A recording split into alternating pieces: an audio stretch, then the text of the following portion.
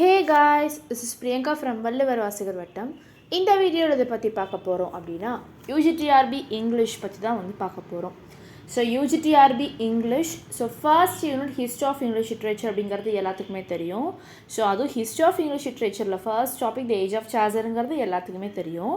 So போன வீடியோவில் age of சார்ஜரோட 20 இம்பார்ட்டன்ட் நோட்டபிள் கொஷின்ஸ் வந்து நான் போட்டிருந்தேன். ஸோ நிறைய பேர் பார்த்துருந்தீங்கன்னா தெரிஞ்சிருக்கும். பட் அப்படி பார்க்காதவங்க வந்து பார்த்தீங்கன்னா உங்களுக்கு அந்த லிங்க் நான் கொடுக்குறேன். ஸோ நான் யூடியூப் லிங்க் நான் கொடுக்குறேன். ஸோ அந்த கொஷின்ஸ் ரொம்பவே யூஸ்ஃபுல்லாக இருக்கும். ஸோ அது ஃபுல் அண்ட் ஃபுல் வந்து பாருங்கள். அண்ட் ஆல்சோ அதுக்கு முன்னாடி வந்து பார்த்தீங்கன்னா ஏஜ் ஆஃப் சார்ஜரோட இம்பார்ட்டன்ட் பாயிண்ட்ஸ் எல்லாம் நான் கொடுத்துருப்பேன். ஸோ அதுவும் நீங்கள் வந்து பார்த்தீங்கன்னா உங்களுக்கு ரொம்பவே யூஸ்ஃபுல்லாக இருக்கும். ஸோ இந்த வீடியோவில் இதை பற்றி பார்க்க போகிறோம் அப்படின்னா ஏஜ் ஆஃப் சார்ஜர் இருக்குது பார்த்தீங்களா.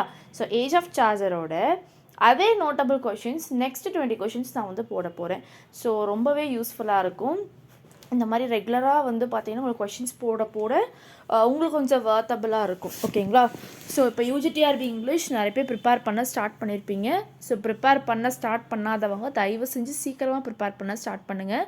ஏன்னா எப்போ வேணாலும் நமக்கு நோட்டிஃபிகேஷன்ஸ் வந்து வரலாம். ஸோ நோட்டிஃபிகேஷனுக்காக தயவு செஞ்சு வெயிட் பண்ணாதீங்க. ஏன்னா பிஜிடிஆர்பி எக்ஸாம்ஸ் எழுதுனவங்களுக்கே தெரியும் எந்த அளவுக்கு நிறைய பேர் லாஸ் ஆனீங்க, வன் பண்ண முடியல அப்படின்ற பேட்டில் வன் பண்ண முடியல அப்படின்றது தெரியும்.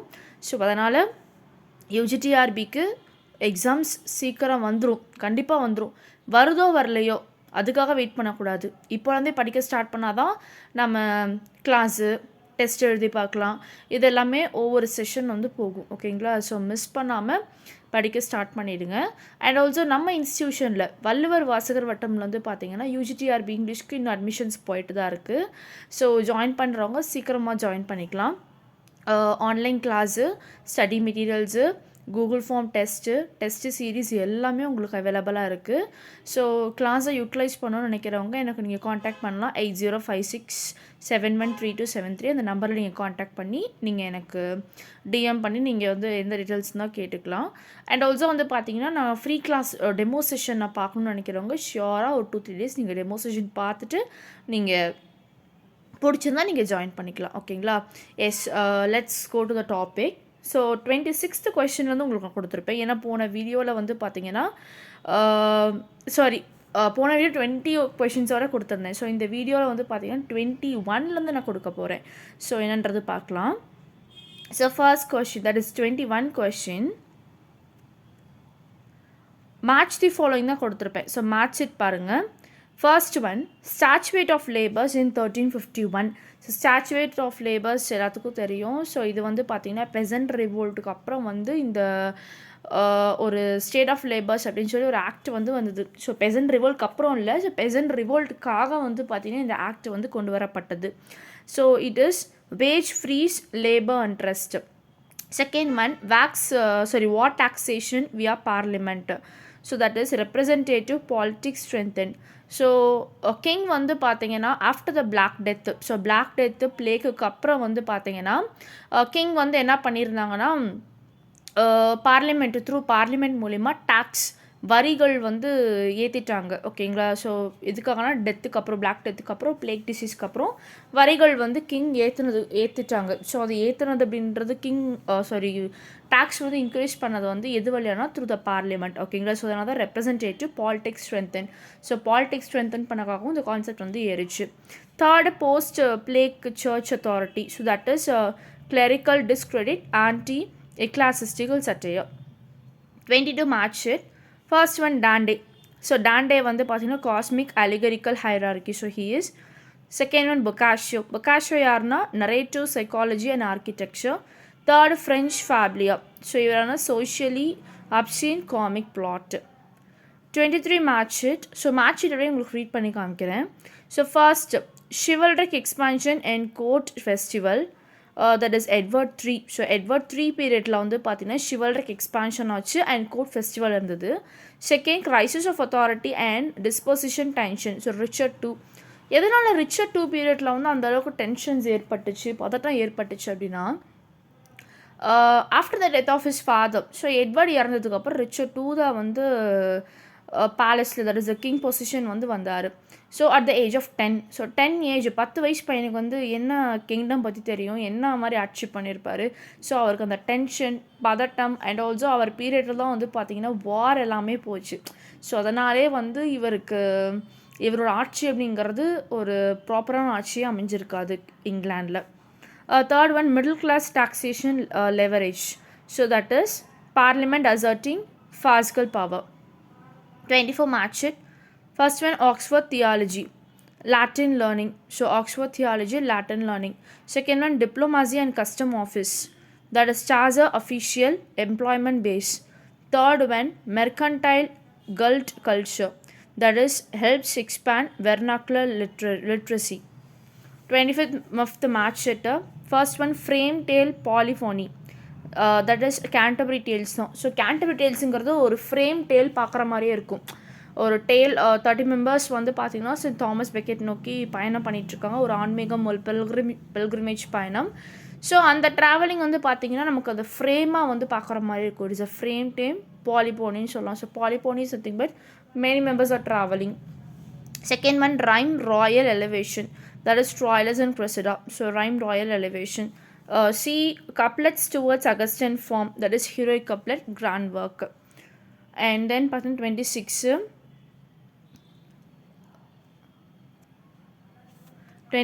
match it. First one, Book of Duchess. So courtly elegy and consolation. So Book of Duchess வந்து பார்த்திங்கன்னா courtly elegy. So Book of டச்சஸ்னாலே பிஜிடிஆர்பிக்கே வந்து பார்த்திங்கன்னா ஃபர்ஸ்ட் டாப்பிக்கே அது புக் ஆஃப் டச்சஸ் தான்.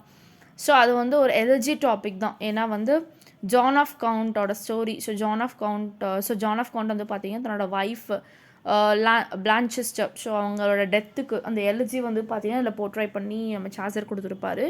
Second, parliament of fowls. So it is political allegory via avian courtship. Third one, Piers Plowman. That is visionary tour of corruption. That is a Piers Plowman. இது யாருன்னா John cover எழுதின work. ஏன்னா John cover வந்து பார்த்தீங்கன்னா இந்த work வந்து corruption, search கரப்ஷனோட concept இந்த ஒர்க்கில் வந்து எழுதியிருப்பார். Yes 27 match it. First one partner. So partner, miller, merchant இவங்க 3 பேருமே வந்து பார்த்தீங்கன்னா கேண்டர்பரி டேல்ஸில் வர ஒரு கேரக்டர். ஸோ பார்ட்னர் வந்து பார்த்தீங்கன்னா ecclesiastical fraud. Second one miller, rustic anti aristocratic wit. Third one merchant, bourgeois economic ambition. So இந்த பார்ட்னர், மில்லர் இவங்க 2 பேருமே வந்து பார்த்திங்கன்னா நான் போன வீடியோவில் சொல்லியிருப்பேன். சார்ஜர் வந்து தன்னோட ஒர்க்ஸில் வந்து ரியாலிசம், சைக்காலஜி ரியாலிசம் கான்செப்ட் தான் எழுதுவார். ஸோ அவர் பார்க்குற விஷயங்கள் அதை அப்சர்வ் பண்ணி தன்னோட போயம்ஸில் வந்து கொண்டு வருவார். அதே மாதிரி பார்ட்னர், மில்லர் இந்த கேரக்டர் வந்து எப்படி தன்னோட கேண்டர்பரி டேல்ஸோட ஒர்க் வந்து கொண்டு வந்தார் அப்படின்னா due to the church corruption. So church கரப்ஷனில் வந்து பார்த்தீங்கன்னா சர்ச் மேனே என்ன பண்ணியிருப்பாங்கன்னா இந்த கரப்ஷனில் வந்து ஈடுபட்டுப்பாங்க. ஓகேங்களா? ஸோ அந்த கரப்ஷனில் ஈடுபட்டனால அந்த மெம்பர்ஸ் பார்ட்னர், மில்லர் இவங்க 2 பேருமே வந்து பார்த்தீங்கன்னா லைக் சர்ச்மேன் மாதிரி இவர் வந்து போர்ட்ரை பண்ணியிருப்பார். ஓகேங்களா? So that is it. So அதனால தான் வந்து பார்த்திங்கன்னா பார்ட்னர், மில்லர் இவங்க 2 பேருமே வந்து ஒரு தப்பாக இதான் விதத்தில் போர்ட்ரை பண்ணியிருப்பார். So 28th question match it. So first estate church. That is parsimonious and immoral clergy. So that is church. Second estate வந்து பார்த்தா nobility. That is knight and young squares and chivalric decay. Third one, third estate, commons trade. So that is shrewd merchants and legal manipulators. 29 is also matched. So it is a linguistic feature. First one, alliterative revival. So alliterative revival poem பார்த்தீங்கன்னா நம்ம Gawain தான்.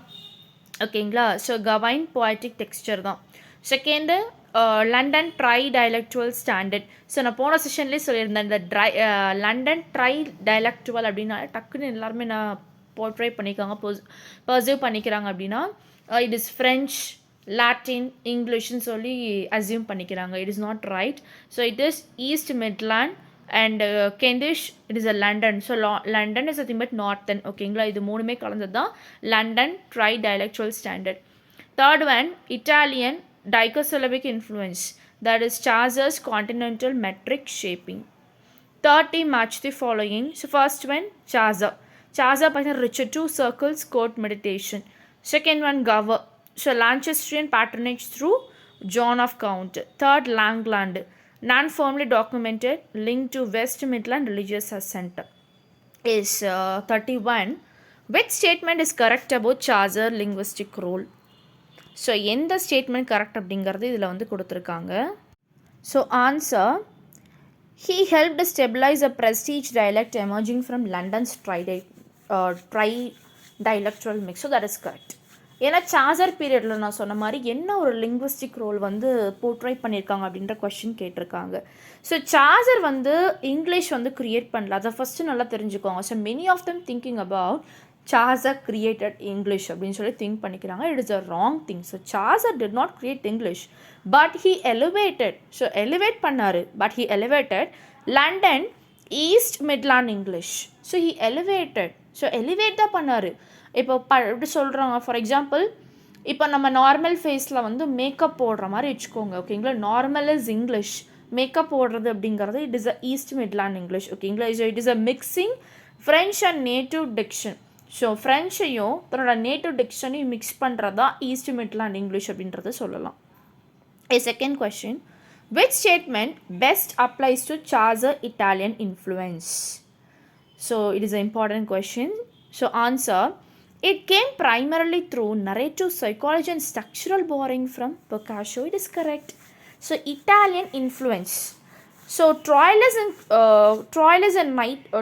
And Criseyde, Knight's டேலாம் வந்து பார்த்தீங்கன்னா ரொம்ப டீப்பாக நீங்கள் படிச்சிங்க அப்படின்னா பொக்காஷியோவோட நரேட்டிவ் ஆர்கிடெக்சர் எல்லாமே இருக்கும், ஓகேங்களா.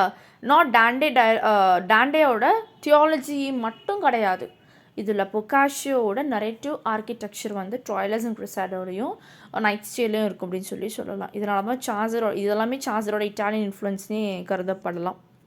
Is third one, which statement fits the political context? So எது வந்து பொலிட்டிக்கல் கான்டெக்ட் வந்து ஃபிக்ஸ் ஆகிருக்குன்னு சொல்கிறாங்க. The answer, the peasant revolt protested labor restriction after plague wages rose. That is correct. ஏன்னா the statute of labors, it is a froze wagesனே சொல்லலாம். It is sparking in 1381. So இந்த revolt வந்து பார்த்திங்கன்னா just creating social tensions and also சாசரோட mirror அப்படின்னும் சொல்லலாம். Mirror means Chaucer வந்து அந்த ரிவோல்ட் வந்து பார்த்தீங்கன்னா ரொம்பவே அப்சர்வ் பண்ணியிருக்காரு அப்படின்றத கான்செப்ட்.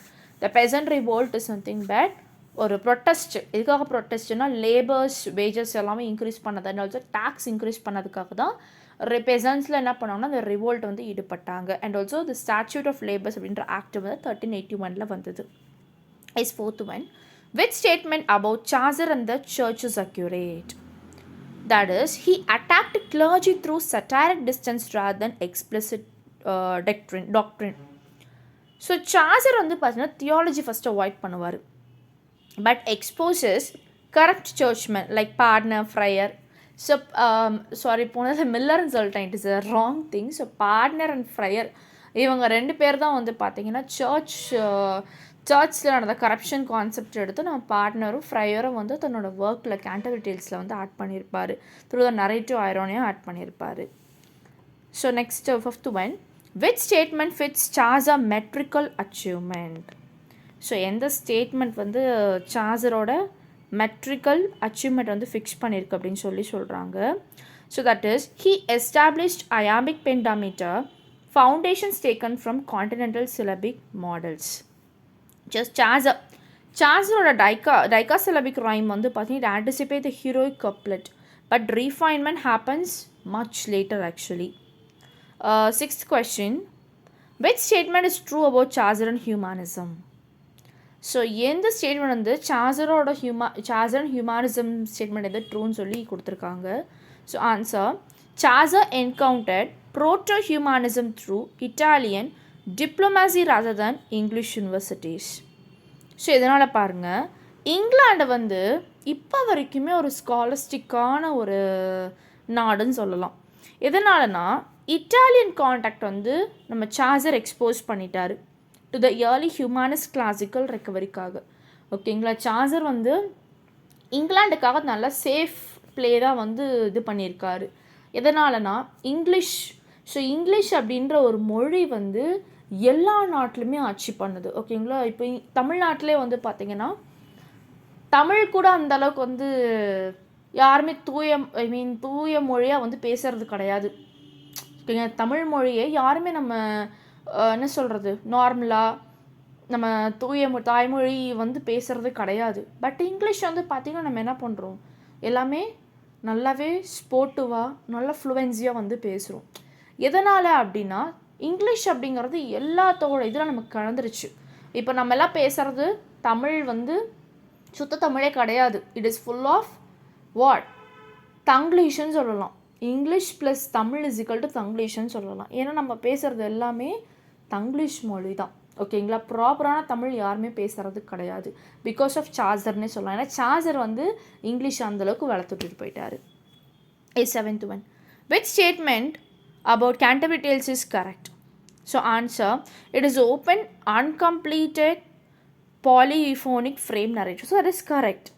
ஏன்னா இந்த டேல் வந்து பார்த்திங்கன்னா கம்ப்ளீட் ஆகாத ஒரு tale. But it is open but uncompleted tale அப்படின்னு சொல்லலாம். 38. Which statement fits Langland in contrast to Chaucer? Answer, Langland used visionary allegory to accuse church and legal corruption. So that is correct. ஏன் correct வந்து பார்த்தீங்கன்னா Langland வந்து பார்த்தீங்கன்னா there is a Piers Plowman already சொன்னேன். ஓகேங்களா? Piers ப்ளவுமேன் அப்படின்ற போயமும் இந்த corruption base பண்ணி தான் அந்த ஒர்க் வந்து கொடுத்துருப்பாங்க. ஓகேங்களா? லாங்லேண்ட் வந்து இந்த கரப்ஷன் பேஸ் பண்ணி தான் கொடுத்துருப்பாரு வில்லியம் லாங்லேண்டு.